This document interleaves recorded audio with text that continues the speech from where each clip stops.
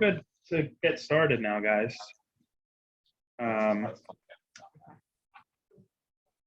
So yeah, I will call the meeting to order at 7:39.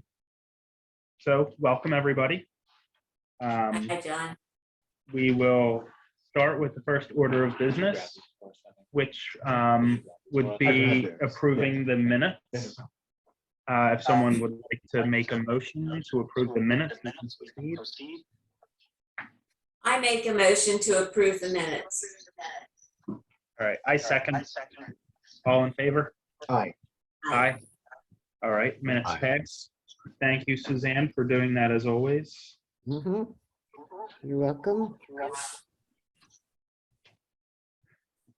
So for guests tonight, we have Roger, as always, along with Barbara, Mindy, and Bill.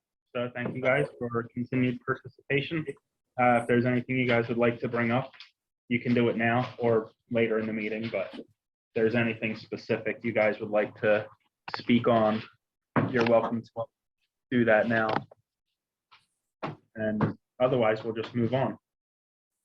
So we do have one application tonight, PB 2307, and this is a minor subdivision that was approved last year. We reviewed this application, and the reason it's coming in front of the planning board again, well, there's two reasons. As part of the condition for approval with their planning board approval, one of the conditions was they had to get an LOI, which is basically just mapping any wetlands or potential wetlands that are on the site. And the applicant did that. And there's a letter here from NJDEP that states it has been determined that freshwater wetlands and waters are not present and that no part of the above referenced property occurs within a transition area or buffer. So there's no wetlands to be concerned about. And the other issue that is causing them to have to reapply in front of the planning board again is that one of the conditions of approval was that they were going to incorporate sidewalks into the 4 properties that they're subdividing. I believe it says in here that the planning board felt it was necessary because this is kind of close to Delsey High School. It's on the corner of Coles Mill Road and Williamstown Road.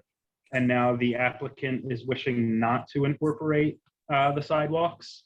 So they have to reappear in front of the planning board and make their case as to why they feel that they shouldn't have to incorporate the sidewalks in their development. So as far as environmental impact, all we would really be discussing would be not incorporating sidewalks, considering that the rest of this plan was already, we already reviewed it. Now, if you know, we can discuss further aspects of the plan, but I think that would be a waste of time. So as far as our comment, it would be my suggestion that we have no comment on this application. Everybody else here is free to review these plans. Really, the only variance that they're asking for is one of the sites is has minimal lot frontage. They will need a variance for less than the required amount of minimal lot frontage, but the total lot area is conforming. So I don't think just not having enough lot frontage is really a big deal at all. So if anybody has any comments, I know nobody got to review this because we just got it today, but the plans are here if anyone would like to take a look at them. What are they gonna do with that one lot? Well, it's one lot now, and they're subdividing it into 4 lots to build houses. You said one of those minerals. Yeah, so just they're still going to try to build a house on that lot. They just don't have enough, frontage along the road. So they would need a variance for that for when they build a house. So I'm sure that I would imagine that the planning board would grant them that variance. Didn't they already approve the subdivision? Yeah, So it's already approved. right. So I don't think the planning board will even be discussing anything except The for sidewalk plan. the sidewalk. Yeah, agreed. We did have some other comments. on that when it had to do with cutting trees, I thought. But that Um, was, yeah, because it's entirely wooded now. I don't think it showed on the plan, what they proposed to cut. Yeah, the tree clearing limit. Also so I assume that comment was not addressed, yes. there are minimums set in the land use code for residential, for how much clearing you can do, how much you have to leave on the side, and I believe buffers front and back as well. Okay, Um, so there is don't some quote me protection. that it's 100%, but I think it's like 40% or something, but Is that for a minor subdivision too? I think it applies to all building sites or houses, but I'm not sure. Okay. Can you repeat what Barbara said? Yeah, Barbara stated that she believes that there are minimal requirements for leaving vegetated areas. Even if you're building a single family home, you can't just clear cut the entire lot. Well, not without a permit. It depends on how big it is. Well, I think the land use code itself has a limit of clearing for residential construction. Okay, which checks out. Yeah. So that's the only application that we have to review tonight. So moving along on the agenda, there are some updates for the Piney Hollow Natural Area. I sent this stuff to everyone to review. One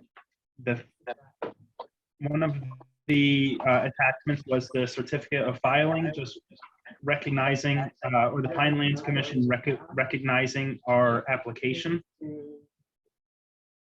Another one of the attachments that I sent from the Pinelands Commission, I'll briefly read this. The application proposes 1,200 linear feet of trail at Piney Hollow Preservation Area. On January 10th, 2020, the Pinelands Commission approved an application for the construction of 853 linear feet of wooden boardwalk and certain minor accessory recreational improvements at Piney Hollow Preservation Area. The 1,200-foot linear trail proposed in this amended application is instead of the previously approved 853 linear feet of wooden boardwalk. The previously approved recreational improvements have not been constructed. Standard. The commission staff has reviewed the proposed trail for consistency with all standards of the Pinelands Comprehensive Management Plan. The following reviews the CMP standards that are relevant. And it goes on to list some of the conditions that may be impacted.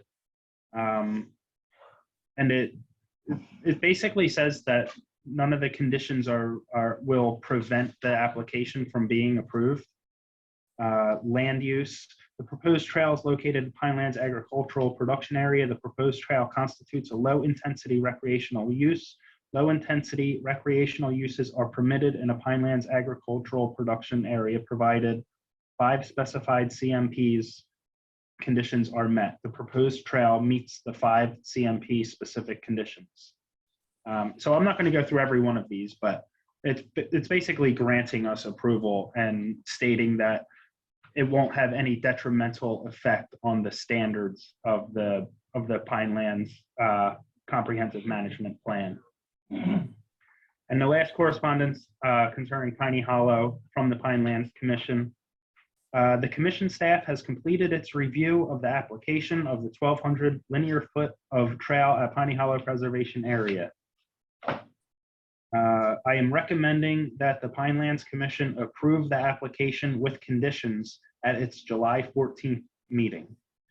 And it goes on to say any interested party that would like to appeal the recommendation may do so, and it gives instructions on how to do that.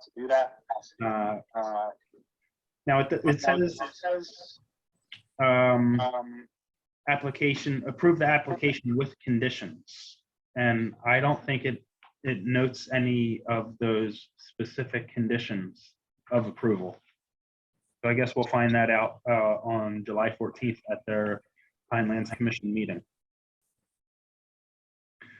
So this is encouraging to actually get some good news about this. We've been working on it for a long time. And like I read in one of these previous letters, it was previously approved in 2020, January of 2020. So just to get this part of it approved has taken 3.5 years. So hopefully that's the last long wait that we have to endure for this project. Yeah. What would be the next step, John? Who makes the trails? How do we, That will be, I guess we would take bids from contractors. Yeah. The township will accept bids. okay, And the township will choose which contractor to use, I'm guessing based off of the price of the bid. okay. The actual ahead. location of the trail was already delineated in this revised application, right? Well, I think it's, that I'm not sure. Yeah, I don't remember seeing it. I haven't seen any plans that actually map the trail for quite some time. So there is an additional 350 feet of boardwalk that, you know, we got the approval for, and I don't know exactly where that additional boardwalk is. So it's been a long time since we've seen any plans for this. You mean the boardwalk is still in the plan? We're still gonna have a Yes. boardwalk? I That's thought we what- couldn't afford that. Oh, yeah, you know what? You might be right. So it says linear feet of trail proposed. Yeah, we're replacing the boardwalk that went from the parking lot to just before, I think it's the second dam. Yeah. So just this was before- for moving the trail? Yeah, where the trail starts to become bad after, I guess, right before the first dam, I guess, is where it gets bad. They're gonna reroute to the right, and then they're gonna come back where the trail isn't damaged. So that'll get rid of most of the boardwalk. They'll still be doing a boardwalk in the middle of the park, Okay, in the glacial depression, right. because that's about 110 feet of boardwalk. And we'll be eliminating like close to 900 feet Right. that we would have needed from the parking lot area. to the So dam. it's not 1,200 feet of boardwalk, it's 1,200 feet of the trail that is being relocated. Yeah, all right. Yeah, 12,000 linear feet. Yeah, 1,200 linear feet, I know. And it's- what does- 1,200 or 12,000? 1,200. Okay. Is So the that's where the trash? boardwalk was going to be. Sorry, and- Bob. That's okay. So yeah, instead of the 853 feet of boardwalk, the trail is being moved upland a little bit. And that's what this approval will give us permission to do, is actually move the trail so that the boardwalk is not necessary. And it lengthens it because it's no longer a straight line. But we need to see exactly where that trail goes to make sure it's correct. Right. Barbara, are you aware of a plan that shows exactly where the 1,200 feet of trail would be located? Yeah, there is a plan, and I might have it on my computer. I think I had it, it was emailed to me by the engineer. I'll have Okay. to If- find it and email it. Yeah, if you could find that and email it to us so we can, just so we know what we're getting here. That'd be great. I'll check too, because So other than that, as far as Piney Hollow goes, I have nothing to report from Piney Hollow. May I ask one more question Yeah. about the trash? Was the trash taken away? That heap of trash on the edge of the field, on the edge of Piney Hollow? Well, I know some of it was, and some of it that would seem to have been like bulldozed onto the Piney Hollow property. I thought that was removed. Okay. All right, so that was another impediment, right? But Yeah, now it looked like it's clear sailing. We'll see. Yeah, All right. it looks that way, hopefully. Depending upon these conditions. Yeah, right. So we still have yet to see what the conditions are. So, so how are we going to see if the cleanup has been done? Because it was more than one location. Yeah, well, It's, the Green Acres people will make sure, they had a consultant come out from the engineering company who looked at the site and wrote a report about where the problems were. Right. So when it is cleaned up, the engineer's probably gonna have to send back his guy to recheck the areas. And Green Acres will very likely walk the areas at some point to make sure it was done. so that's a step that will occur after we get the approval. Well, originally it was supposed to happen before construction, but the town asked if they could do the cleanup as part of the construction bid. So that's how it's going to work. So as they construct the place, they'll be cleaning it at the same time. So part of that money that we have, that 200,000 from Green Acres, is going towards cleaning up this farmer's dump. Yeah. Another done.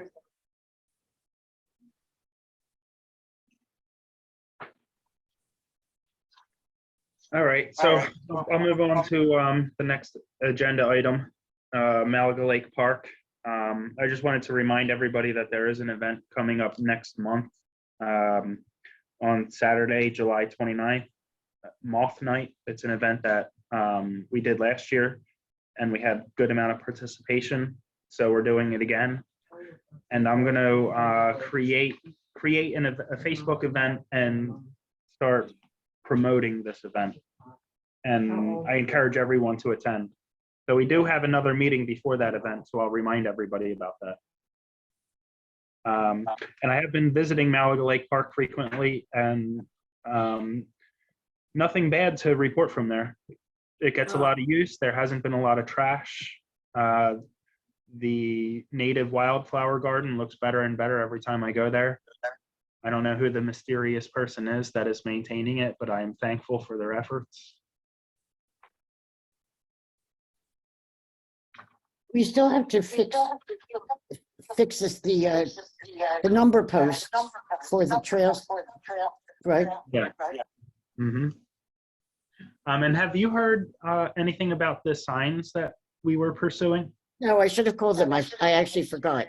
And I have it written down about 3 times too.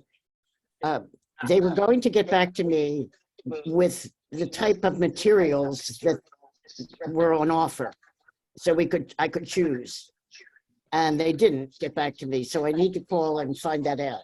Because I gave them the text and the sizes and everything. So I need to call and find out what happened and get that moving.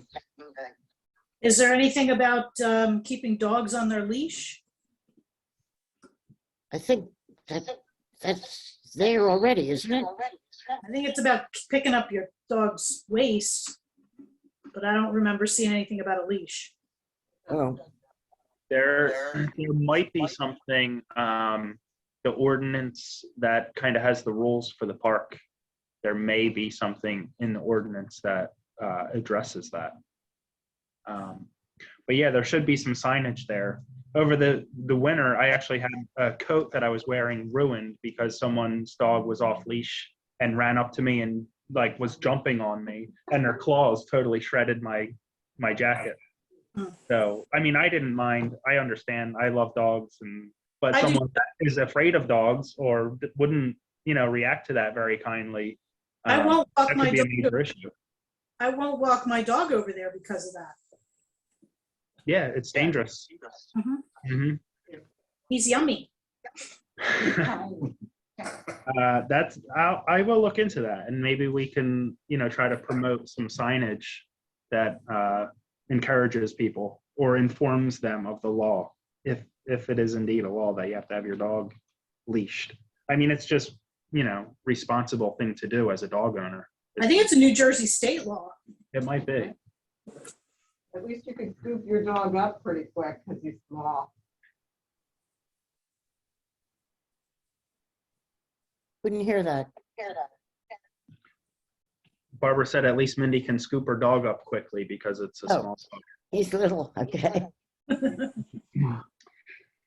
All right, so moving on, the Pittman Bio Blitz was a couple weeks ago. It was a really successful event held at Alcyon Park in Pittman. There was about 60 people that attended the event throughout the day. There were 19 observers that used the iNaturalist app to record different species. There was 837 individual observations with a total of 425 different species that we recorded in the park during the event. And I have a letter here from the Pittman Environmental Commission. Dear Franklin Township Environmental Commission, thank you for your support and involvement with Pittman BioBlitz 2023. Local organization partnerships are so important for the community outreach success. Your participation was valuable and appreciated. The Pittman BioBlitz will be an annual event of the PEC. We plan to include members of the Franklin Township Environmental Commission again. Thank you for your dedication to serving our community. We look forward to future involvements and potential partnerships with the Franklin Township Environmental Commission on initiatives and events. So John, where exactly was that? I've forgotten. It was at Alcyon Lake Park, which is Oh, right, okay. right next to Alcyon Lake. Right. It's a park that's mainly focused on recreation, not so much the natural side. There's a lot of ball fields there. They have a really nice mature woodland that was kind of transformed into a disc golf course.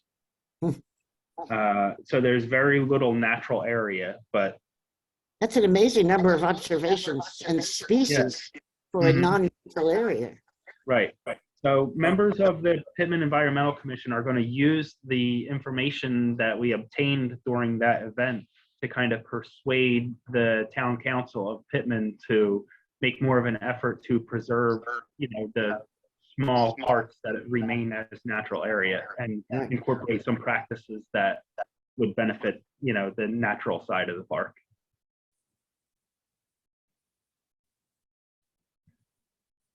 So I'll move on to the, I just wanted to quickly recap the Scotland Run Park diversion we discussed last month.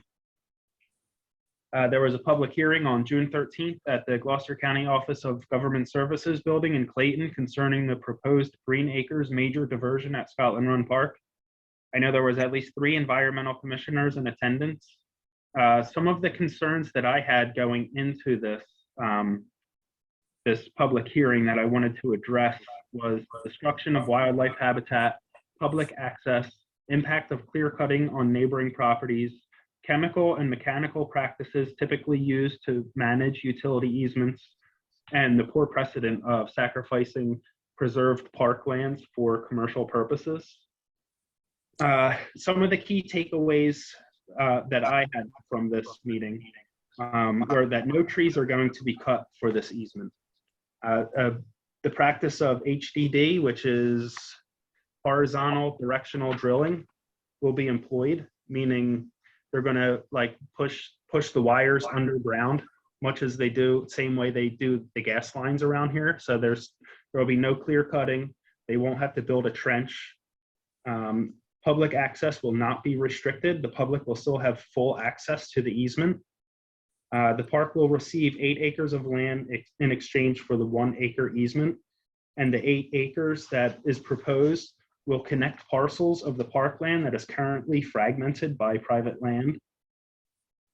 And part of that private land that they will be retaining will be cleared for a substation to allow the solar field to be tied into the grid. So there were a lot of questions about how this solar field will be tied into the grid? And the answer is they will be making a substation. And if you're familiar with that area, it's where the old dilapidated house is on Fries Mill Road, Mhm. right between two of the parkland properties. So I know Jeff and Margaret had some concerns. And, you know, if you guys want to speak on some of those concerns, you're more than welcome to share those concerns with us now. Now, and before we get to that, written public comments will be accepted until the end of the day tomorrow. I would say that the Environmental Commission should not make a written public comment. Based on Margaret and Jeff's comments that you made at the public hearing, it seems like we all kind of feel a little bit differently about this. And I don't think the Environmental Commission needs to take a stance on this, considering our comments vary widely.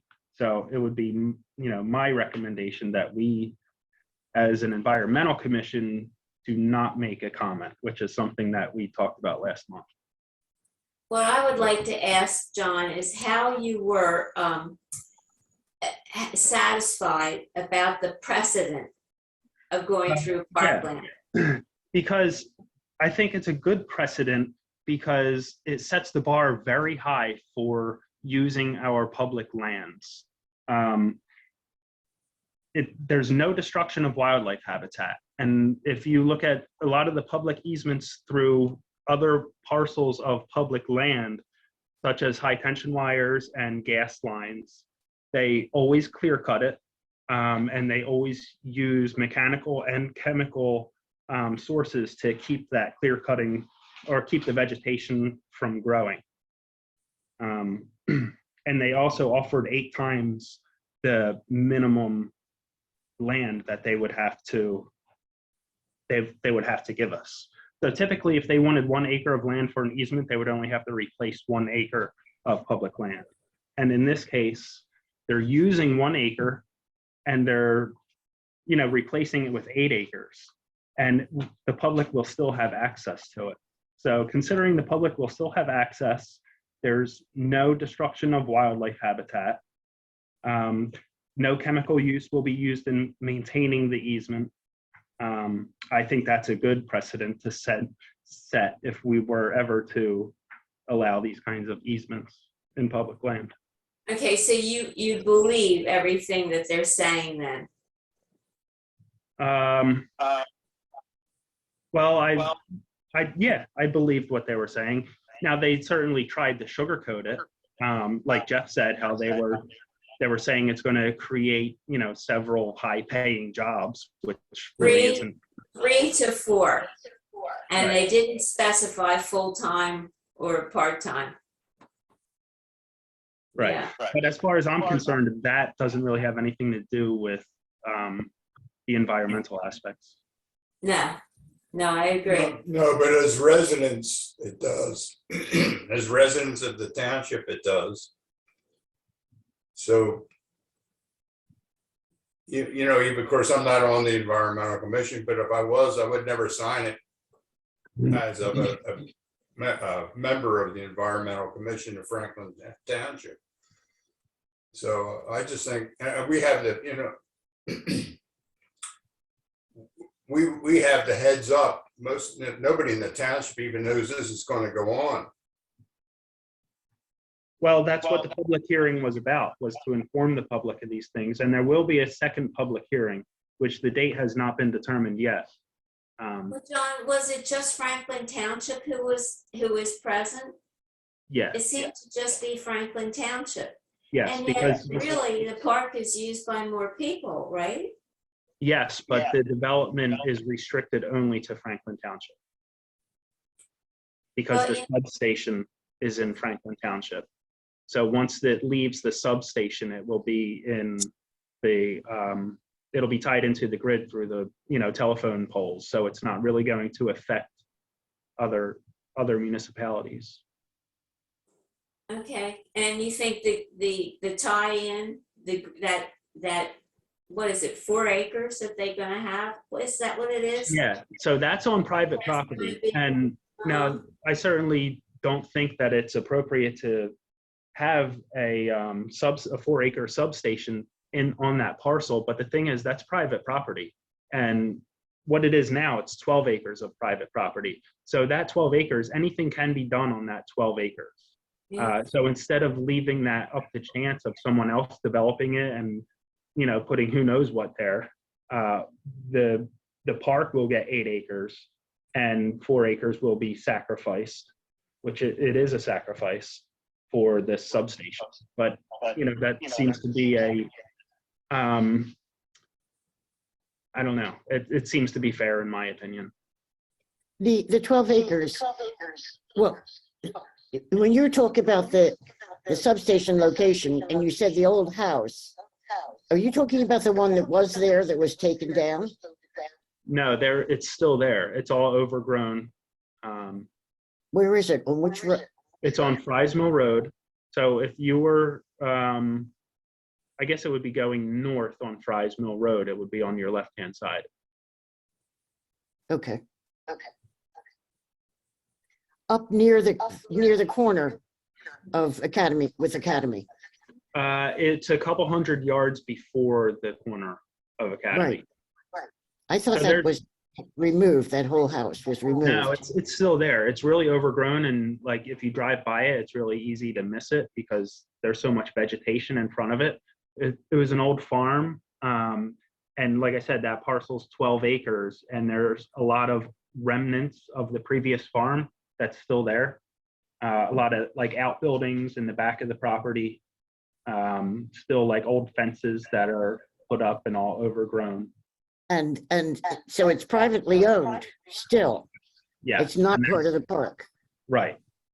Huh. So, and that actually fragments parkland because there's parkland on the north side of that and parkland on the south side of that, Right, which right. is not connected. So the 8 acres that they will cede to the park would actually connect those currently fragmented areas. They will cede 8 of the 12 acres? Correct. Is that where those acres are coming from? Yeah. Okay. It's basically 8 acres behind where that house is. 4 acres would be up against Fries Mill Road, abutting Fries Mill Road. And the 8 acres behind that 4-acre parcel would be given to the park. How close is the nearest house to where they're putting the substation? How I'm close not is the nearest one? But there is a large, several hundred yards of forest between any house, any residential home. And like I said, I know Jeff, I don't know if you want to speak on some of your opposition, but I think a lot of residents in this town would probably share your opposition to this. So I don't know if you wanted to speak on that or not. Well, the meeting wasn't about the solar project, the 256-acre solar project. So I understand staying on topic and trying to be respectful of the people that are giving us this forum, but I still it befuddles me how you can separate the two. There's no need to do the major diversion, without building the solar project, and vice versa. The solar project, I am for solar, but I think I can't get past the losing a 256-acre agricultural field for the solar project. I think there'd be other ways to accomplish it. I know that this is one large step and method for them to gain, and without having to go around, it's a low-hanging fruit. They don't have to go around to 10 different properties and try to gain it. They can hit 256 acres here. As you had mentioned about if this was a private project, they wouldn't be able to do nearly as many acres under solar. I think it was like 130 acres they could do max. I have to check that number. I think more than that. Well, is less than that, Oh. right? Oh, right. Okay. Yeah, well, actually, our township doesn't have a solar ordinance. They passed a solar ordinance, but it was so restrictive that the Supreme Court of New Jersey deemed it unlawful because of how restrictive it was. So that's one of the reasons why we may get stuck with this solar plan that has been submitted, because by law, we don't have any restrictions on the use of solar. Well, and people say, well, this is agriculture, this is harvesting of the sun and so forth. And I think that's, I think they're playing semantics with that. And the impact to the environment, the owls, I had mentioned the owls because I hear them every night. And that's, whether they roost, they don't roost there, obviously, in the field, but they do hunt in that field. As they do in all those surrounding areas. And I was a little put back by where they said that they had this extensive habitat evaluation that we'll see the results of it when it's made public to the public. But when will that be? That'll probably be right at the end when there's little or nothing that can be done by the public. And they said that there was no impact to the barred owl habitat by doing this, which is normally a wetlandish area, which is actually all behind my house. So, Right. So what Jeff is speaking on, at the meeting, I had said that I had seen a barred owl in the vicinity right across the street, right across Fries Mill Road.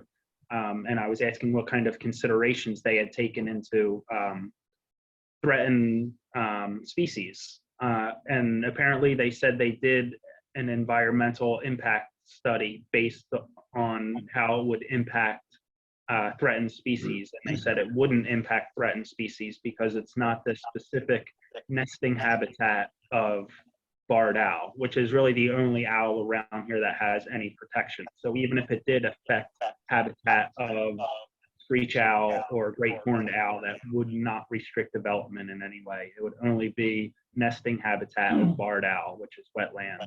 And apparently this will not be affecting wetlands. what's the criteria for that? Does it have to be nesting habitat, or is it habitat that animal would use? It depends on the species, and for barred owl, it is specifically nesting barred owls that are protected. Okay. Nesting habitat.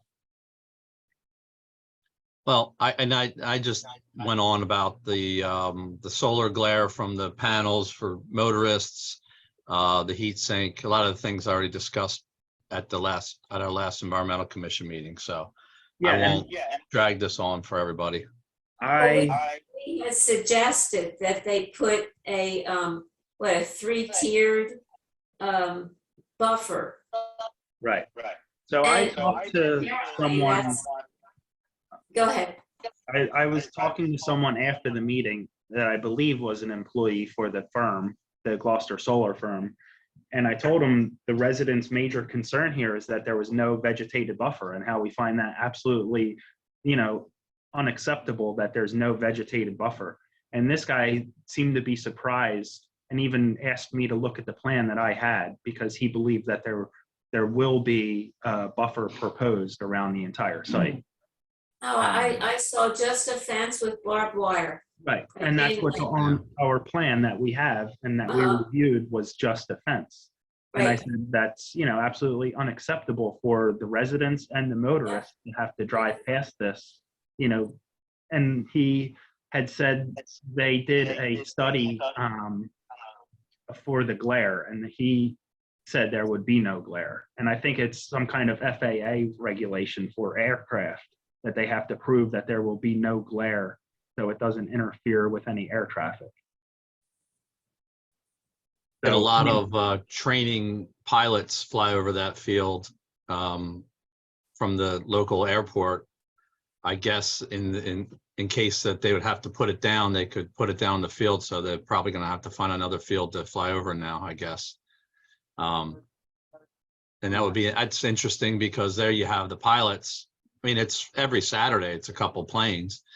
But that would be interesting. I wonder if that was taken into effect. I didn't even think about that until you mentioned aviation. And what about, if there's a big traffic accident, and you have to medevac people out, they probably would use that field for that, and they won't be able to. Yeah.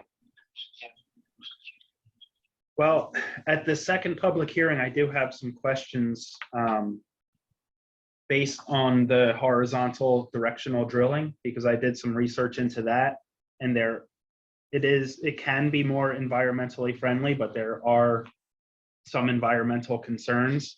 Basically, they are piping things underground, and it can go through different types of underground,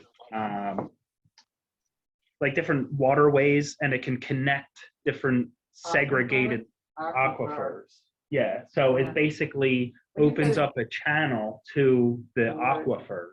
But it's only gonna be 10 feet deep, right? No, they said it could be up to 30 feet deep. Oh, it could be? Yeah. Okay. So on the DEP website, there's a lot of information about horizontal directional drilling that I have printed out here. They need a well permit to drill this? That I don't know. Because there is a depth where you would have to apply to DEP as a well permit, even if it's not a well. Yeah, so what I did read has a lot to do with wells. Like, it's very similar practice to drilling wells. And wells basically do the same thing. They create a conduit that connects all of these different layers that would otherwise be segregated. And So they it- grout it, So it, fence, and I stopped that. yeah, They originally said it's gonna be 10 feet. They change it? I thought they said that it could be up to 30 feet. Why would they go that? Yeah, that doesn't make any That sense. don't make sense at Yeah. all. I don't know. I could be wrong. That may have been something else that I read. So that'll be something to, And what pass kind of soils are we going through? Is it the high water table area, or is it? those are things that, we should ask them at the second public hearing. Okay. I mean, What kind of soil types, the water If table. you want to find it on the soils map, I can tell you right now.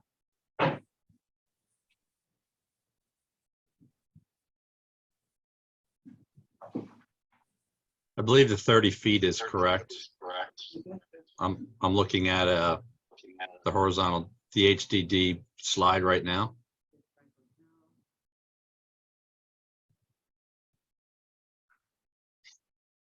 So yeah, the horizontal drilling is a pretty regular practice that's employed throughout the township, but not often to that depth.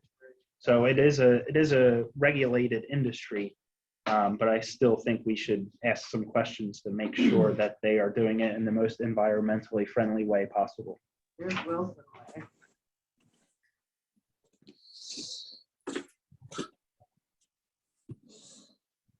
I think at 10 feet, it'd be mostly sand. Just wondering how high the water table actually is and the reason that they're doing. Well, that land area is higher than the new surrounding area. Your construction guy, you have any idea? Well, John, we did write letters, but we wrote letters in just as personal citizens. Okay. Roger, Evan, and I, we each wrote our own feelings about this project. Good. I think it's valuable for everybody to share their opinion on it. I think this is the parcel here. Sorry, John, what were you asking? That's the highest elevation around here. That's where It you looks want that based on the soil map, there's no high water table. But that's, I gotta go to 28. Got one interesting. I sure hope they'll put a buffer on the substation. I don't want to see that coming down the road. No, This is a long. This is the front. Yeah. Mm-hmm. And then, what do you think that is then? 800 feet maybe?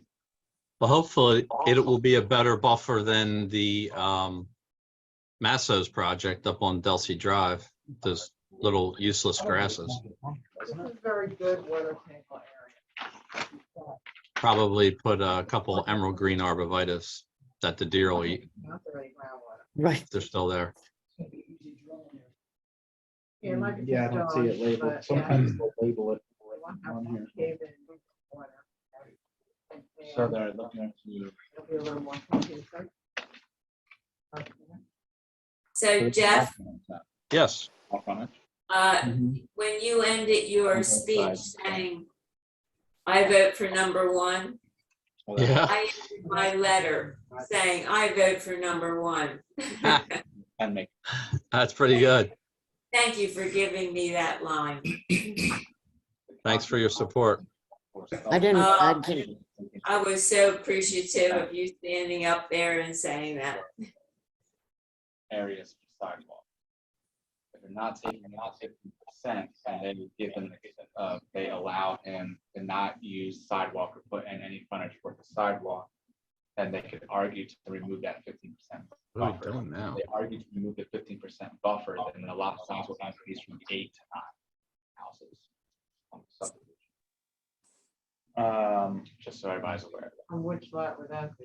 This entire lot, the 22 acre lot.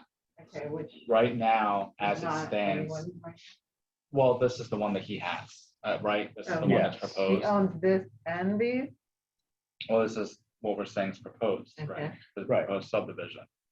So he owns this whole piece. This is 22.2 acres. As 22.2 acres, according to the township code, the calculation will only allow 8 houses on this lot in total, which he can get with all the frontage, because the frontage only needs to be 200 feet in width. But if we remove the 15% from that calculation, which is sidewalk, if they remove the sidewalk, then the argument can be, okay, well, can we remove the 15% standard, which is required by the township code for infrastructure? If they remove that 15%, then this lot size will go up from 8 houses to 9 houses. I don't understand where you're getting 8 houses from, because there's only 4 lots. It's a minor subdivision. So if they wanted 8 houses, they would have to further subdivide and make it into a major subdivision. Possible. And then they'd have to use conservation design. They couldn't just. Yeah, then it would They be wouldn't be far. able They to have get to it put a restricted. road in. They wouldn't be able to get away with this by saying, this is a lot, this is a lot. Where's the 4 lots? 1, 2, 3, 3, 4. 4. Yeah. So he's doing 3 here. If he takes away the 15%, then is he able to further subdivide this one? It would be Do a another major, minor if you do subdivision? 5, I think you become a major subdivision and you have to follow the rules for clustering, for conservation design.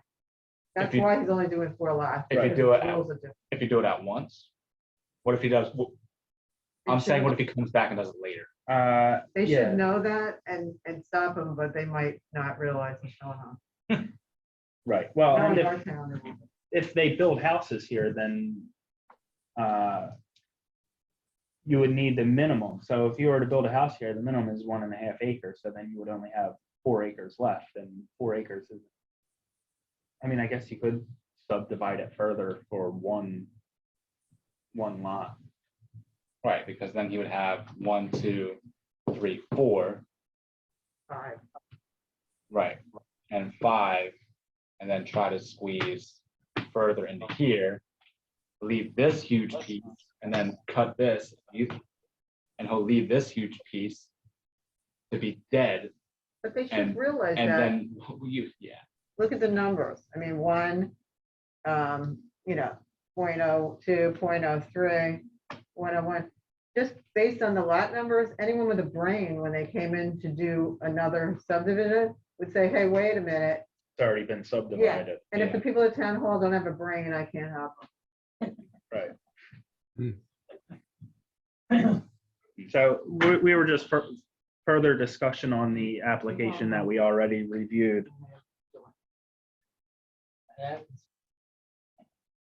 all right, There seems to be possible way that they could further subdivide and change this minor subdivision into a major subdivision in the future if they wanted to do so. And putting sidewalks in would have nothing to do with prohibiting them from doing that. Well, without having to put sidewalks in, it gives them more land to work with. And They don't really take off things like wetlands or, you know, if you read our code, they don't make allowances for basins, roads, or wetlands when they do a conservation design. They just, and they should have, and it was something that I believe Suzanne and Joe, you know, would have liked to see with the minimum amount of land, you know, with a conservation subdivision, you have to save 50%, and it's not 50% that doesn't include those other things. It includes those other things. So you're not really preserving as much as you would if all these things were excluded, like the sidewalk or the stormwater basin or the wetlands or the road. Mhm. So it really will have no effect. It's net of, yeah, it's net of wetlands, but it counts the infrastructure. I mean, we don't make any distinction between things and wood. So if the sidewalks forestall or discourage any further development, I'd say let's put it in those sidewalks.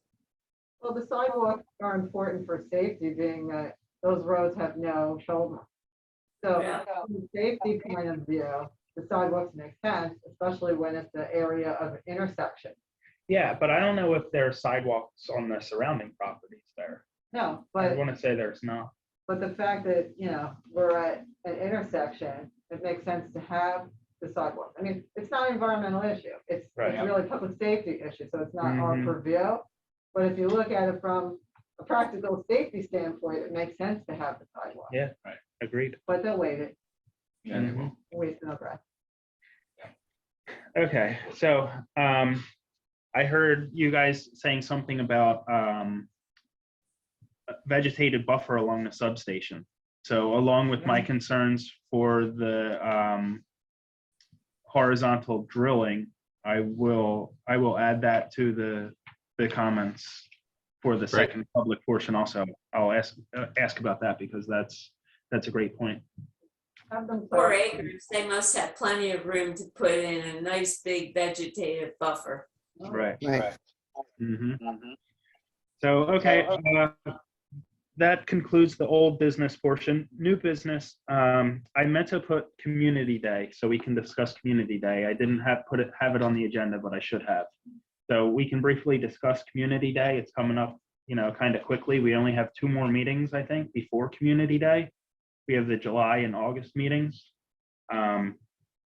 I feel like last year we kind of did a lot of different things. We focused on the night sky. We also incorporated past materials about native plants.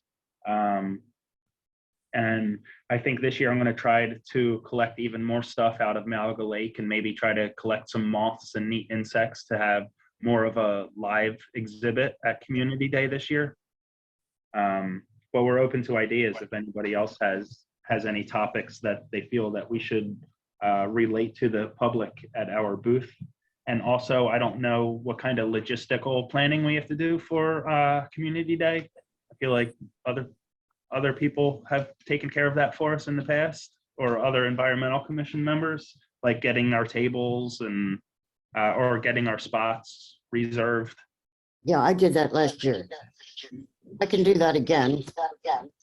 Okay, I don't know how far in advance they start planning that stuff, so I would imagine they're starting the planning process now if they haven't already. So maybe we should start doing that also. We want 3 spaces again, right? Yeah, same as last year. Whatever we had last year, I think that worked out really well. Well, except one was behind us. Instead of this, Yeah, but I think that actually worked out pretty well because we were getting traffic from like both of the lanes. Now, I don't think it makes much of a difference. Okay. If we had them 3 lined up in one lane, or if we had it same way as last year, where we had 2 on one side and then 1 behind. Did you also get away? well, from- we were, Mhm. Yeah. what? Barbara was asking if we had gotten away from where all the fire trucks were set up. Yes, we were in a different lane.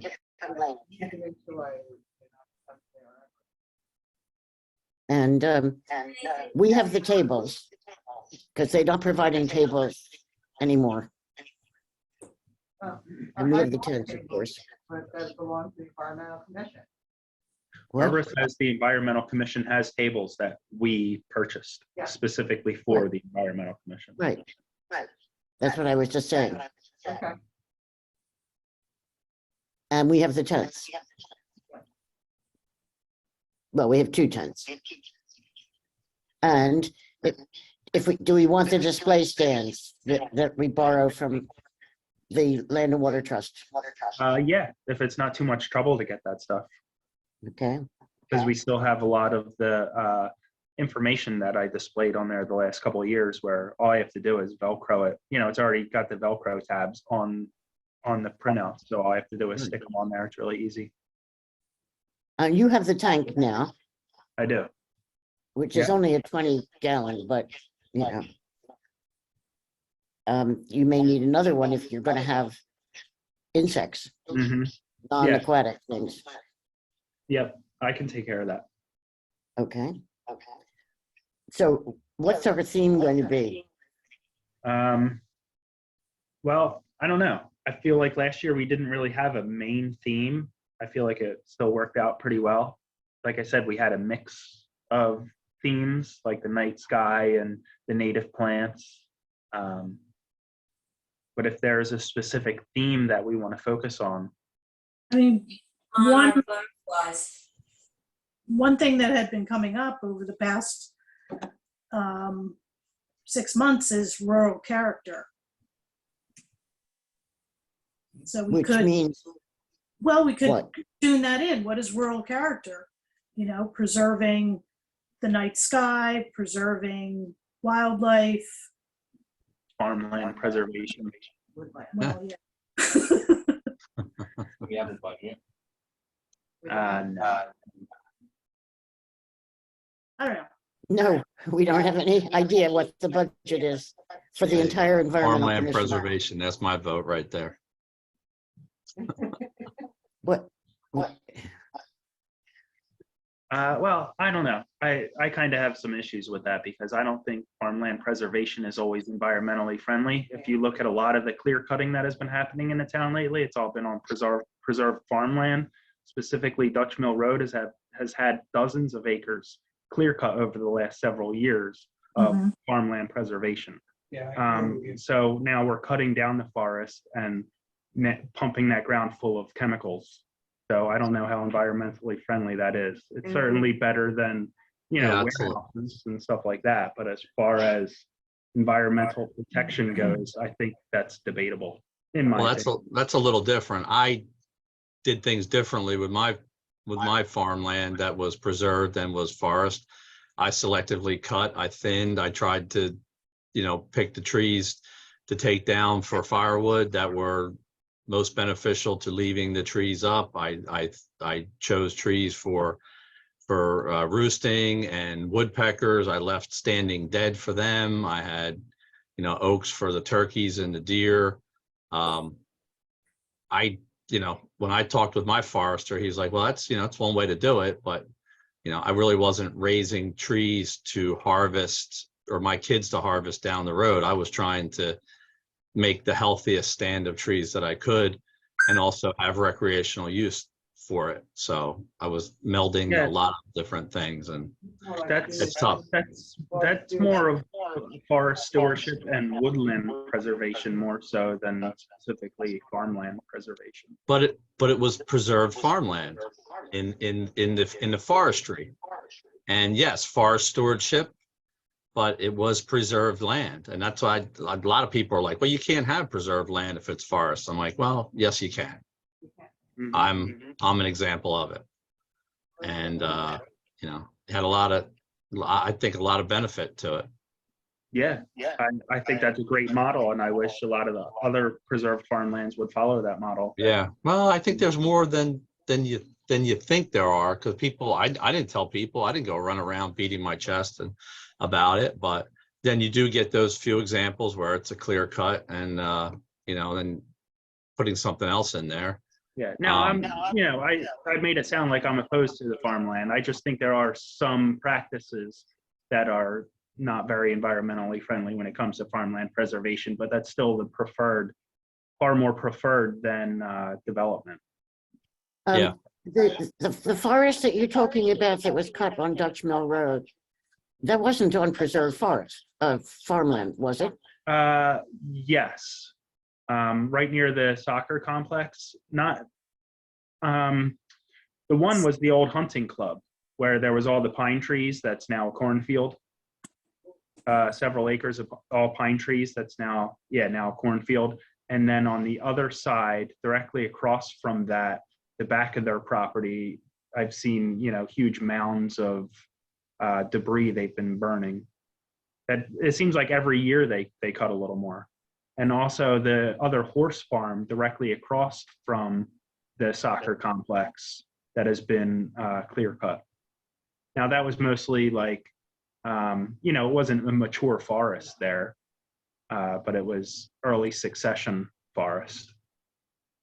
And this is Dutch Mill Road, Yeah. not, That's near Central.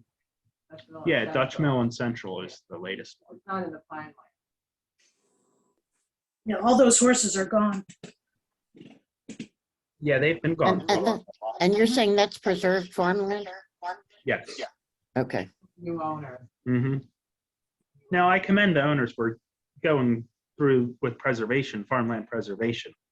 I was just trying to make a point that it's, not always preferred Yeah. for environmentalism. Well, you're right. I wonder which farm that was. Well, there's three of them altogether. Finance. Two right next to each other, I think, and then one across the street. Have we done, Margaret, you were saying something. yeah, about monarch butterflies? Is it too late?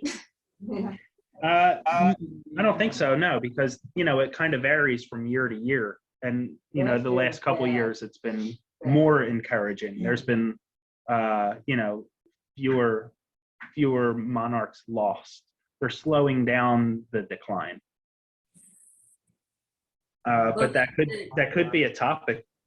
The Sierra Club just had a small article about, that just came out, the Sierra Club, about a farmer who returned home. He was to California, and his land happened to be on one of the routes that the butterflies take to Mexico. And he has a little pond in his land, and then he planted all these native flowers for them, and he has seen a great increase. So I thought that, I don't know how we'll get. I mean, we haven't had a drop of rain. Did you get a drop of rain, John? I know Barbara said she had a downpour last night, and I was so upset. We didn't get anything. So, Wow. I don't know how, I guess you could build like a small wet area. Very isolated. Or, Well, for monarchs, that's something that homeowners can have a measurable impact with little effort, just by planting milkweed. That's their host plant. So yeah, just by planting milkweed in an established garden, or even in just like one, a buffer or a part of your yard that you don't overly manage, just Right. allowing milkweed to grow could have a Unfortunately. measurable positive effect on monarchs. well, we did have, Barb gave me a plant, and I put it in what I thought was a good location where I wouldn't be bothering it, but I lost it. Oh, the purple milkweed? Yeah, Oh. so swamp milkweed is more forgivable. And I saw that Triple Oaks was selling them. So, but as I was exercising today, right across the window went one of those milkweed wishes. That so I must have one on the outskirts of my property, but I haven't found it yet. Yeah, and I often will collect the seeds and then just like throw them in my yard, like, in the field area of my yard. I don't plant the plants. I just throw the seeds and I've been getting the plants popping up. In sporadic. the sun, John? Yeah, And what else? Is it wet? no, it's dry. Okay. With Yeah. good condition. That's 1 million. Robin has a ton as a comment, Hmm. and I've taken last of his pods and threw them all over my yard, Yeah. and I don't get one. Huh. So all the milkweed I've had, seed them on Cultivated. some seeds, yeah, Yeah. I plant in my yard, because I have 3 pines. Hmm. And several of each pine, but I had to start them from seeds. Okay, well, I do think that we can incorporate monarchs into our community day display. So do you want to do something similar? I, to li- what- I like the rural character idea, but I'm not too sure how we would make it clear, because it's got too many elements to it.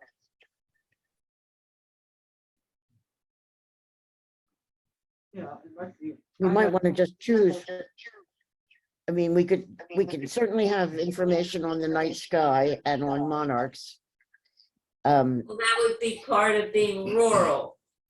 Just that we would be maintaining a night sky and maintaining habitat for the monarchs in order to make their journey.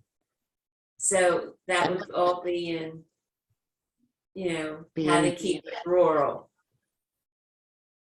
Well, True, and but- including, if you want to include farmers, farmers have been part of the problem with the decline in monarch population because they mow down the wild milkweed that grows along the edge of the road or at the edge of their crops.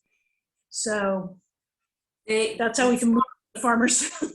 My farmers that surround my property are brutal with the land that surrounds their farmland. They don't give a hang about any wildlife whatsoever. So I have my doubts about farm. However, I would rather have that than houses. So I feel exactly the same as John. I'm a little queasy about farms. But Well, they could make quite a positive contribution if they would allow some areas just to be populated with milkweed, along the edges, like you said, Yes. along the roads, along their property edges, instead of just constantly mowing that down. If, we could educate them somehow and show them how beneficial and how much they could help monarch populations and other native insects just by letting their buffers grow a little more. That would be a net positive for sure. They don't even let their buffers grow. Yeah. They mow their buffers down. Bulldozers and backhoe. Yeah. That's what they use. Yep. Well, We maybe use- we encourage them to save money on fuel by not mowing. Yeah. Like you have to find out, what motivates them, and we can't ignore them because they're an important part of the environment.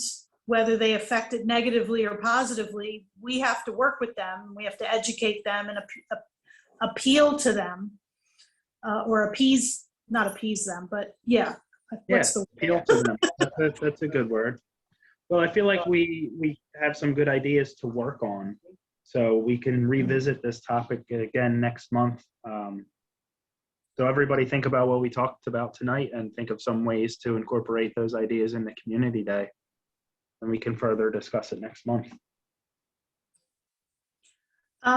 Last month when we talked about dark sky,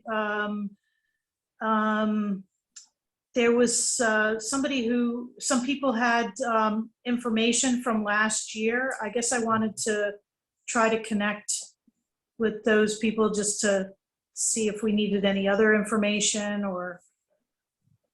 Margaret, where did you get that information from? Was it like the Sierra Club, maybe? Yeah. Yep. It was. Yeah.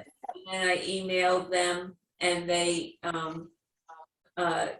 couldn't wait to hand out free, all that was free. They never asked me for anything.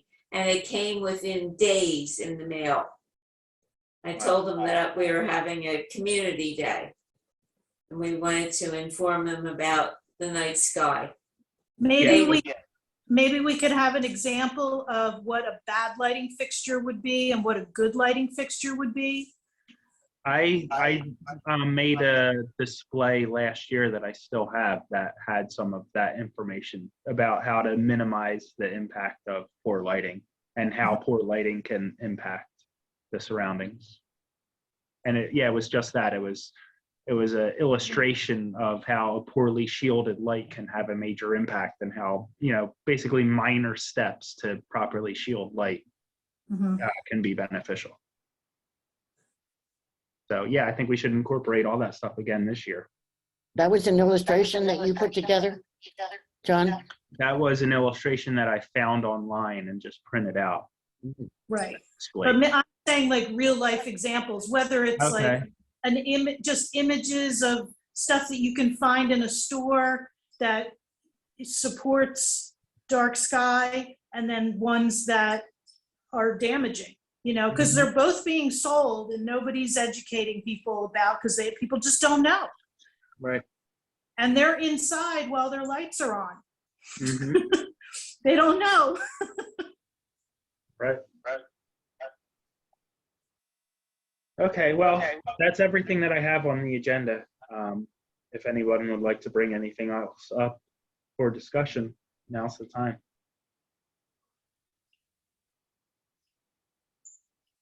Otherwise, I guess we are ready for a motion for adjournment. Oh, actually, wait, there was one more communication, one piece of mail that I got from the Pinelands Commission.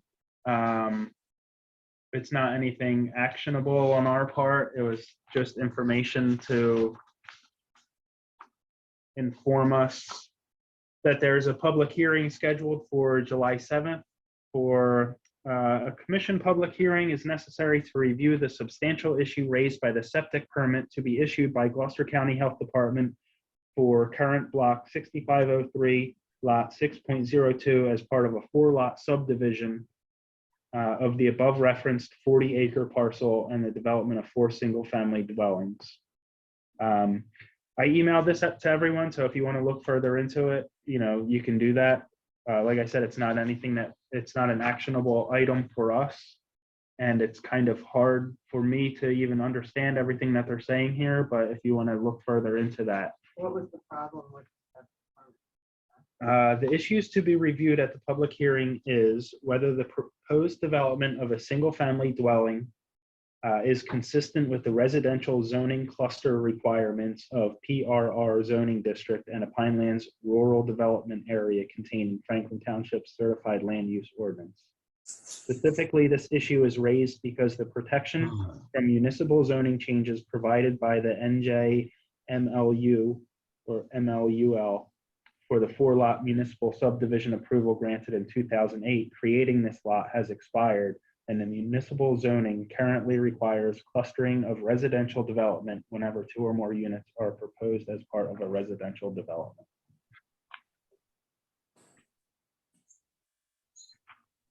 So I just wanted to Why is it a septic question? If I don't know. if the approval has expired. And so it sounds like they're asking about the application of the, Well, it goes on further here. The former applicant previously deed restricted a portion of the proposed lots as shown on the approved subdivision plan referenced on July 21, 2008. Specifically, this issue is raised because the submitted septic plan indicates that only 0.99 acres of the approximately 2.7 acre wooded portion of the lot required to be protected.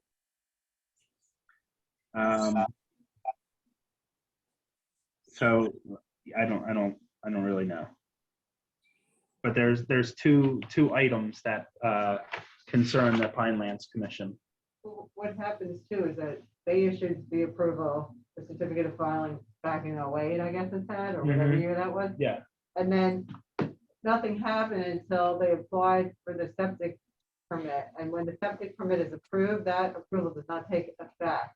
Even though the person in the county signed off on it, it has to go to Pinelands for them to approve it before it can actually be actually approved. So they're mentioning the septic probably because this is the first time they've seen what they're doing, and what they're doing on the septic plan doesn't match what they told them in a Okay. way. So that's probably what they're saying. Okay.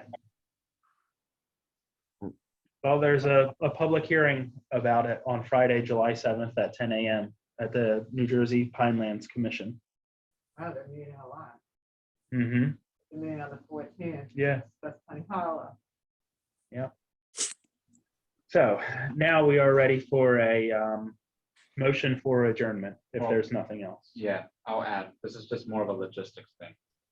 So I know at the beginning of this, back in January when I was elected, it feels like yesterday, but 6 months in already. I said that we're going to be working on increasing transparency. I don't know if you listen to the township committee meetings at all, but I constantly talk about how we're going out for bid. When we go out for bid, we're going to go out for bid and make it so that the other room is going to have microphones, which are improved, better camera quality. Part of those things that we're working on right now, I'm speaking with the lawyer, is coming up with template lists on what meetings should be. So all of our meeting minutes are consistent from individual committee to committee. This way, regardless of who the secretary is, just having a template that is standard. We're going to have that reviewed by the legal team and make sure that that's appropriate too, so that we can have a standardized version of our minutes. I'm working with the communication team as part of the website redesign. We're going to take these recorded meetings and we're going to try to put them on the official website as well as YouTube. We're working on live stream capabilities as well. The last thing that we are working on that I did kind of throw out in the email thread is our official committee members. A lot of them don't have official email addresses. One of the things that I'm going to work on as a part of this is making sure that our committee members get at franklintownship.com email addresses, similar to myself, similar to Mr. Marsh and all of our other committeemen.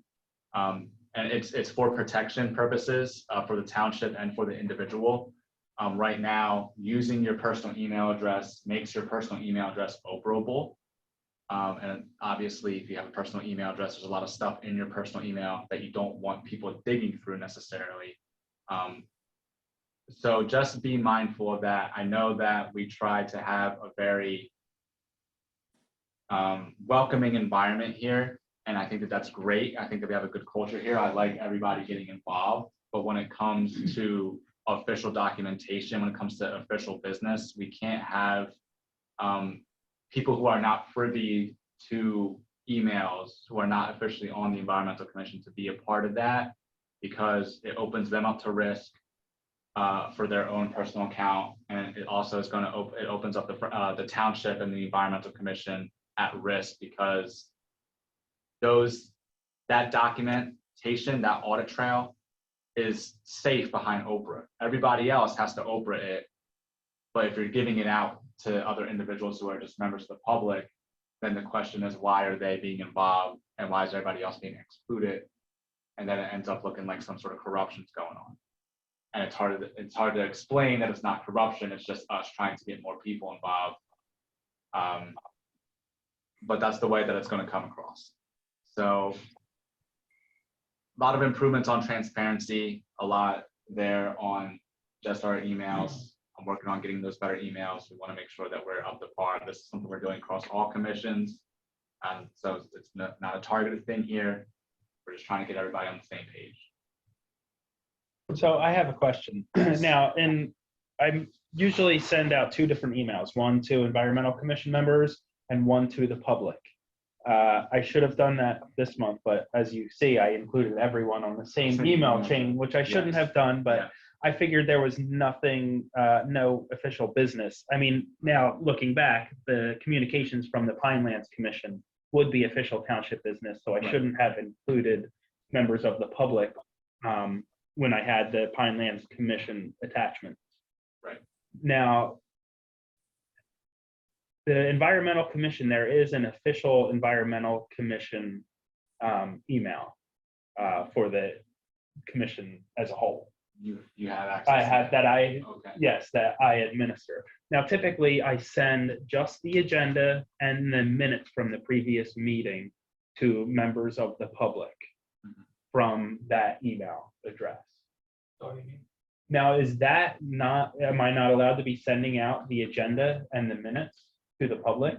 Now, the public, it's email addresses that we acquired over the years from people signing up at different events. You know, I've always put a sheet if you want to stay informed about environmental commission events and meetings, put your email down here, and then I'll send you that stuff. So I've been sending the agenda, usually it's just agenda and minutes and no official business, no communications, it's just the agenda and the minutes so that members of the public can stay informed. Should I not be doing that? Well, agenda and minutes are not necessarily documents that are confidential, No. like this stuff, And on right? the right, website, at so- the same time you're sending them out. Right. It's already They're open posted. to the public. Right. So I would say what we should do is maybe talk to the communications commission, and then in order of trying to get everybody on the same page, maybe one of the things we could do as part of website redesign is getting all that sign up to go through that website. We can have email blasts coming out through communication commission that says, here's your updates on environmental, here's your updates on planning, here's your updates on zoning. This way it kind of goes through one direct route as opposed to being. And I also used Segregated. that email as a way to advertise our events. Now, I imagine that there wouldn't be any conflict in that. No. Yeah, I Okay. think maybe you need a set of rules of what would be considered, only for members and what would be considered okay. Beyond that, because. Beyond that, because. Yeah. And you need a line if you're gonna be this restrictive, because things like. It's fuzzy. Yeah. And you need a line.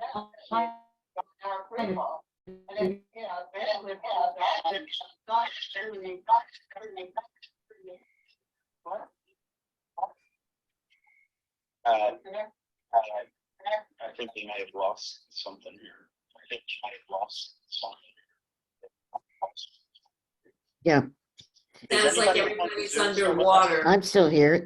We seem to have frozen for a moment. I'm still here. Yeah, Suzanne, I still have you on the phone, but the connection that I had to Zoom just cut out. Oh, So I don't know if we are, is the video still on Zoom? for me it is. I can see Mindy, Jeff, and Margaret and Roger, but I can't see you anymore. And I can't see the conference room. Yeah, I just lost the internet connection. Hmm. So, yeah, like I said, sending this Pinelands Commission stuff, I didn't even think about that being, privy information. So Wha- that was a why- mistake on my part. I don't think I understand this. I just don't understand. Why is that privy information? It's public information. Yeah, I don't know. Maybe, okay, maybe it's not.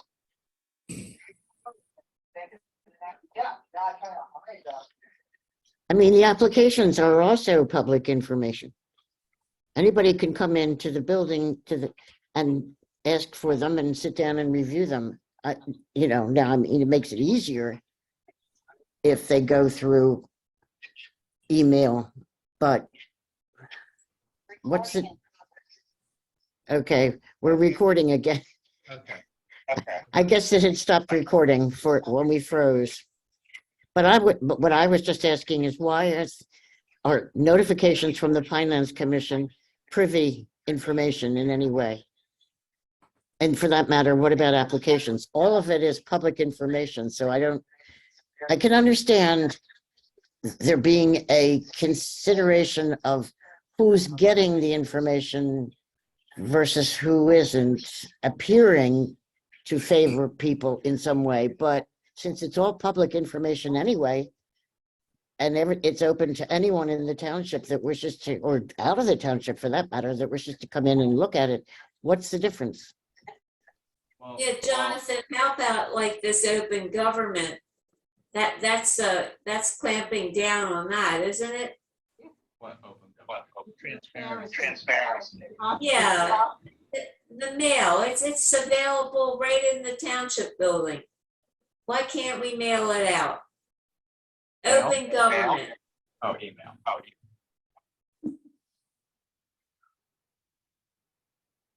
We try not to have interaction on email between more than 3 people, because that puts us into a quorum and an unpublished, unnoticed meeting. Yeah. That well, I yeah, understand. people, that- Right. Mhm. Yeah, environmental Yeah, the commission doesn't have to. Environmental Commission doesn't have to. doesn't abide by it Doesn't because abide it's by not that planning. because it's not planning. For public documentation, let me ask you Public this, John. documentation. You send Let me out ask you this, John.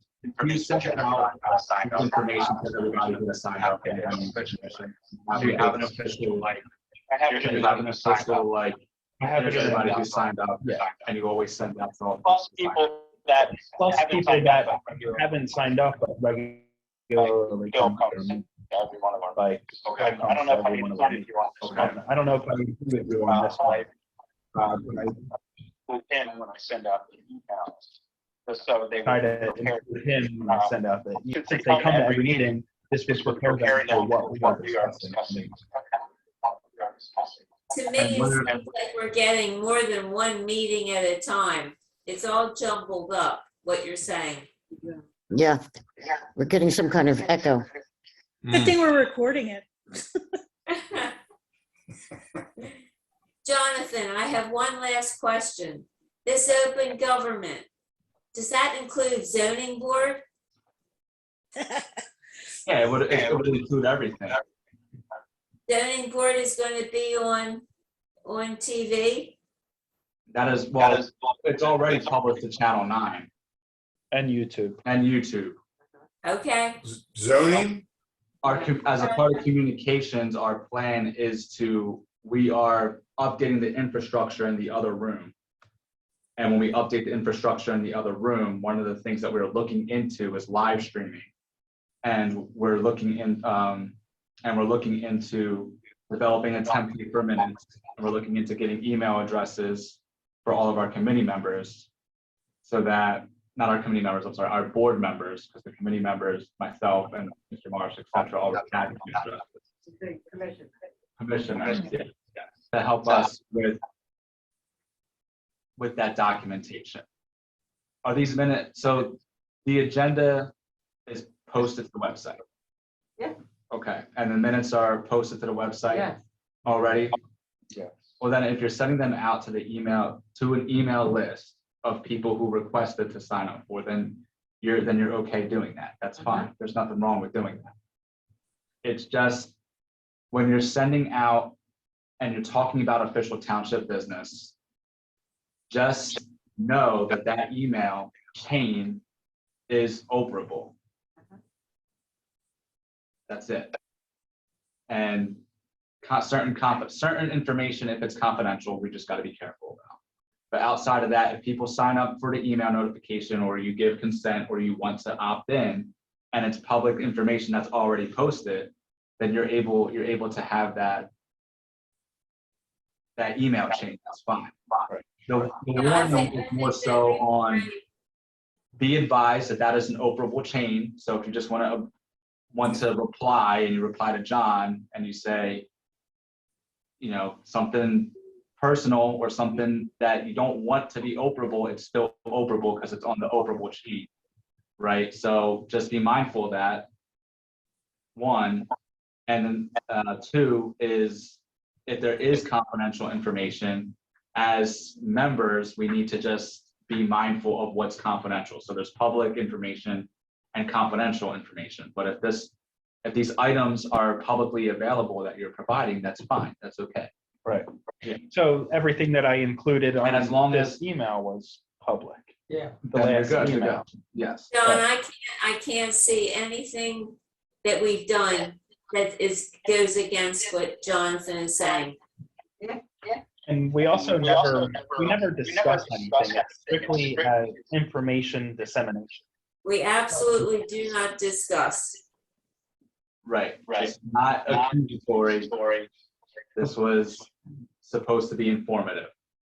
Yeah, It's the same speech I'm giving to everybody.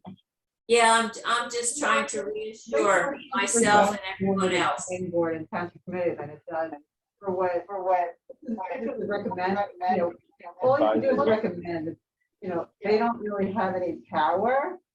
So, you know, they're not really discussing anything confidential. So a lot, and as far as personal emails, if you got an Oprah request, let's say you got an Oprah request from my personal emails when I was on the environmental commission, be up to me to give you those. Right. So I could exclude something like, I sent an email to my friend Rosemary or Well, yeah. John, you Yeah, know. the chain itself is what's operable. So if it's, the title of the chain is Environmental Commission, meeting agenda minutes, and then you add on a reply that's to John and just to John, and it says something personal or whatever that says, that is going to be operable because it's on the chain. But normally people are just saying, I can't Right. make it, or, Right. you know, can you bring this, or, you know. But So benign, and that's it's okay, benign, and yeah. that's okay. But just for the informative of everybody, be mindful that just because it's your personal email address, Right. that this is a township chain Right. that is operable. That's not a problem. Right. So It that's shouldn't be a okay. problem. Okay. Not for this group. Okay, Yeah. We don't do anything. Got it. Yeah. So if you're using your personal email to email your friend Rosemary and talk to them because they're your pen pal, that's nothing to do with the township. Now, I think this arose this month because I included everyone in the same email, whereas I typically would include just environmental commission members, and they are the only ones that would get any correspondence and get like the plans, the application. I don't share that with the people that signed up to stay informed. Right. Now, I would typically send a separate email from the official environmental commission email address that includes just the agenda and just the minutes. I didn't do that this month because I felt like all of this was all public information. So I figured I would save myself some time and just throw it all into one email. I find that kind of interesting though, because when you look at before PC, before TC. the township committee, Okay. before PZ, planning board, before, zoning board, before planning board, all the plans are linked already on the site. I mean, I decide whether I'm going to your meeting because I look at your agenda and I see what you're gonna be doing. Yeah. I mean, so why would it be different for the environmental commission that people wouldn't be able to link to what they're doing or what they're discussing? What they're doing for all these more important groups. You know, it's already up there. Everybody's posted their agenda. And their separate to the plans. public. The Yeah. plans that are gonna be there that night, as much as they could put online, they're already online. So it's like, I don't see what the environmental commission, you know, would be doing any differently You guys are all right. well, and it sounded like that's what, online. Or in his email. If you link to things in your email. that Well, I discuss it, understand what John's saying, that if we Yeah. have any kind of discussion or communications Well, about that's what different. is emailed. Right. Right. But if you're just disseminating information to people that you know come to the meetings and may have valuable input or may want to research something and then come to, because this room doesn't have internet. It's not like I can bring my computer. The best I can do, you know, to tell you whether this is to bring a soils map, which is a little archaic.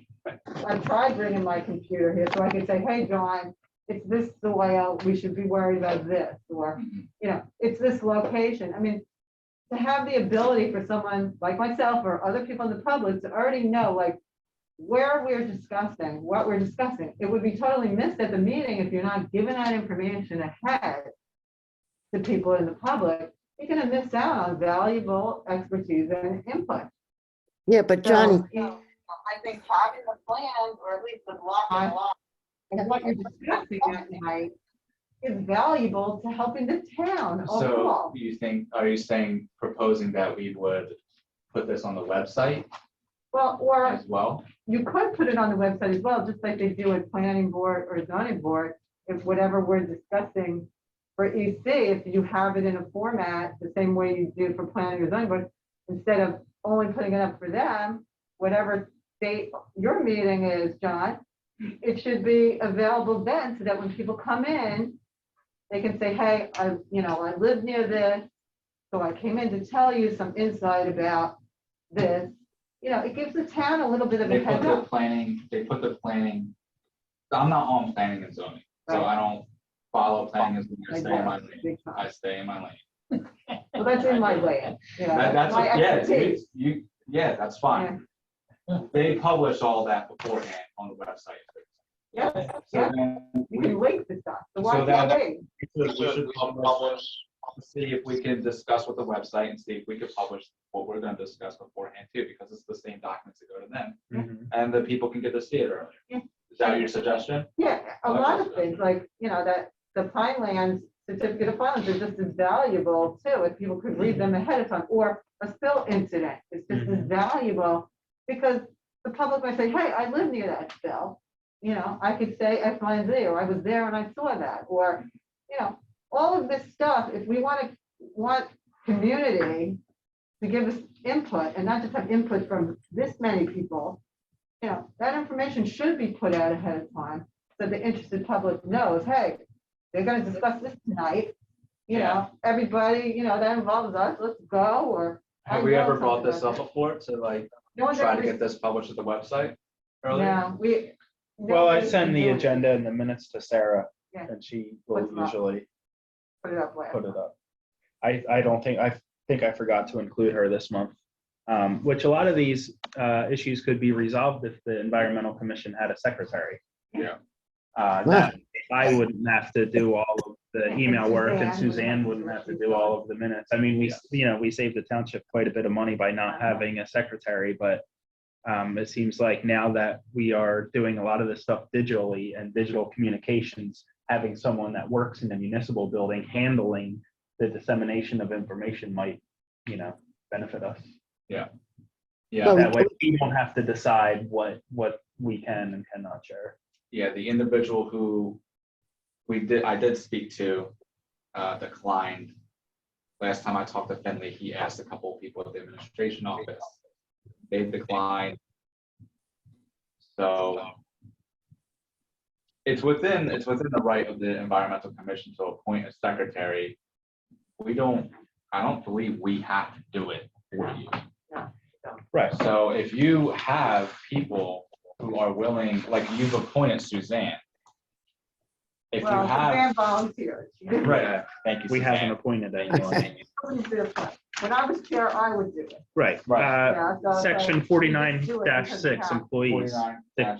The commission may appoint such clerks and other employees as it may from time to time require, provided the same shall be within the limits of funds appropriated to it by the township committee. Oh, you're saying you're limited by funds? Is that what you're Well, we don't have any funds, but no, I mean, we're really limited by finding someone that's willing to do it. And I it's think only, that's and the we've only only thing. been able to offer them like $1,000, and then they have to attend all these meetings and, do all these minutes, and, it's a lot of time.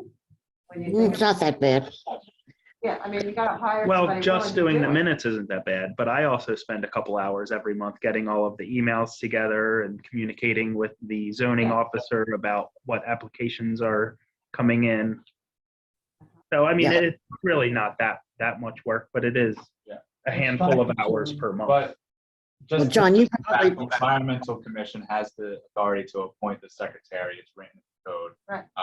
So just because I've exhausted my resources or we've asked people at the Township Administration Office, doesn't mean that you, as an Environmental Commission, cannot seek or find individuals if you know. We've anybody. been looking for years. Okay, okay. Yeah, we had one woman. Well, we'll keep. I mean, we've Well, we never haven't- published it that we are looking. Well, I mean, we've never, we haven't really made Never much advertised. effort. Yes, that's what the word I'm looking for, advertise. Is that something that you want to do?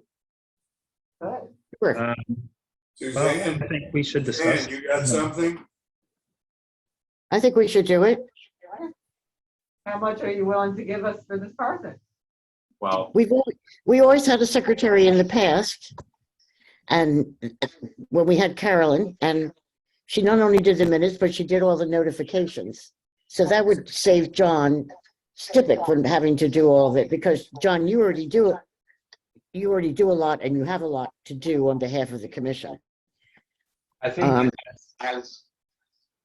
as we move forward, I think the goal would be a lot of this information that you're talking about right here, if this goes to the communications and the communication has a blast themselves, and we have a sign up on the website, and the sign that you can sign up says you can sign up for environmental notifications, whatever, Then then communications will communications will handle handle that. that. That will be a blast. Communications. And in this And then way, this way, instead of sending this dissemination of information to individuals printed out, if we're publishing it, it will go to the communications, and communications will publish it on the website, and then it will blast to environmental, and then it will blast to planning, and it will blast to zoning as it's supposed to accordingly. And I think that will alleviate a lot of logistical effort. I mean, you still will probably want to get these personally printed, especially the maps and large things for the review purposes. But I think that will take a burden off of. So using Your shoulders. communications as a conduit for this stuff. Using communications for communicating with the general public. Although unfortunately, applications don't come in far enough in advance. Or at least they're not deemed complete far enough in advance to have them go to communications, to have them posted on the website. I think it's a great idea, but I think it's hard to achieve because you don't have much Logistically, because of time constraints. time constraints, do you think that those time constraints are caused by the administrative office? Or do you think those time constraints are just caused because the applicants are putting in their Well, when applications very quickly? there's a time frame from when they put in an application and is deemed complete until the hearing date. It's not that long. Right, It's 40 So you have to get right. it posted. You have to get the communication blast. You have to go through a couple steps to get it up on the website. So I think it would be a little bit difficult. I think it would be great, but it would have to turn around in a week or something like that in order to be successful. We have no idea when these applications come because no one stamps them in with a date. When I was in the county, every document that I got was stamped in with a date. I don't understand what's going on in town hall, but you don't stamp your plans in the date that they're received. They used to be stamped. Yes, it's appropriate for a government office to stamp a plan when it is received, especially one that has a time constraint. And I haven't seen a stamp in more than a year. There's not official. I think it would be Like an on. application document, That's the application document. and You see a that's stamp? no stamp, no. No, it's been No a while official since date I've seen received. it. Lynn stamped them, and for decades they were stamped. This is the county stamp document when I worked there. And what's the process before it can be stamped as complete? Because that's when the calendar starts. Well, for us to review them, the date they're received and stamped in, then we go, there are 15 copies. The 15 copies. true. That's true. To the engineer, one comes to us. So whether they've been deemed complete or not, there's no. Well, you reason can't put it up on the website. You can't to come to us. put it up on the website, Barb. You can't put it up on the website until it's complete. Why? That wouldn't be reasonable to do. But no, they're not necessarily deemed complete until the board meets and deems them complete at the meeting. They might be put up for a hearing, but I've had them vote at meetings that they, as to whether I they. think deemed that's it only complete. when they need a waiver from something on the completion checklist. Uh-huh. That's the only time they vote on whether to accept it as complete or not. The plan- Otherwise, it's the ones we've seen, somebody else, either the engineer or the planner is deeming them complete. But we are going to be on that month for hearing, then there's no reason why they wouldn't be, able to be here, and why they don't have a date that they were received in the first place is Mhm. beyond Well, me. those things are true. Yeah, You're so just talking about there's getting nothing them on the barring website. them from being stamped and, that information being put out there, because it's a government document that's been received by them. It's not in the middle of litigation where they legally have to hold it. So there's no government barring of this information being either put on the website if the communication wasn't handled that way. Is it put on, is that what the planning and zoning board does right now? Yes, They put it up yes, they put beforehand, up the application the before the meeting. application, Yeah. before Oh, they yeah. review it. So Yeah, as then- much as they can, and that's the way this board should work. I mean, this committee, commission, whatever, should be doing it as well. Yeah. The information I should mean, be if we're doing public. it that way, then I don't mind bringing that up to other members of the township. If Yeah. that's something that the commission would like to do. Yeah. But we'll see, I'm also not a lawyer, so I don't know any kind of legal restraints. Maybe it's something that's, Well, I worked in government for 25 years with plans I and believe it. documents. So I'm telling you, what you could release and what you can't is what I learned from working there. There's nothing barring these type of things from being, whatever could be given, because Lynn would do it all the time. Rosemary was doing it. It's only right now that we're only getting the hard copies, and it's only within the last. Rosemary posted it directly on the website. No, she was gave us- sending me the digital, Yeah, the digital plans. copy. but I was only sharing digital copies with environmental commission members because there was a lot of information, a lot of personal information in the application packets. Right. Like whenever they would write a check for something that they had to pay for, application fees, there would be a copy of the actual check. Well, I don't know why they would even need to send you that. I mean, somebody could just send you what the application is. We don't need to know extraneous stuff. What we need is the site plan, we need the stormwater, we need the wetlands, we need, we don't need, Engineers report. we don't need to know even who the corporate owners are or who the people within 200 feet who we know. I mean, we used to get a lot of crap from, Rosemary and stuff. What we used to get from Lynn was much more boiled down to what was needed in order to discuss here. So that's, for the record, that's the confidential information that we would be talking about. Yeah, you Social don't- security numbers, account Right. information. Yeah. Right, so we shouldn't be sending that around, but No, we shouldn't be receiving it either, by your point. Shouldn't be, Right. it shouldn't be coming here. Yeah, But- 'cause it's not relevant. It's not relevant, right? So, yeah, I think, but they should be stamping the plans in. I'll if talk they to don't them see about it. that. So I have a whole laundry list of stuff. I've never for 'em. seen a government that operates like that. And you can tell me, oh, we log it into the computer. Yeah, but the computer can be erased, it can be changed, it could go down, it could lose all your data. You need the hard copy stamp. Right. It just seems insane that nobody's stamping them. Can't erase the hard copy. Well, I could try it. Yeah, you can shred all 15 copies. Okay, I think we're ready for a motion for adjournment. Okay. All right. I'll make a motion. And I'll second it.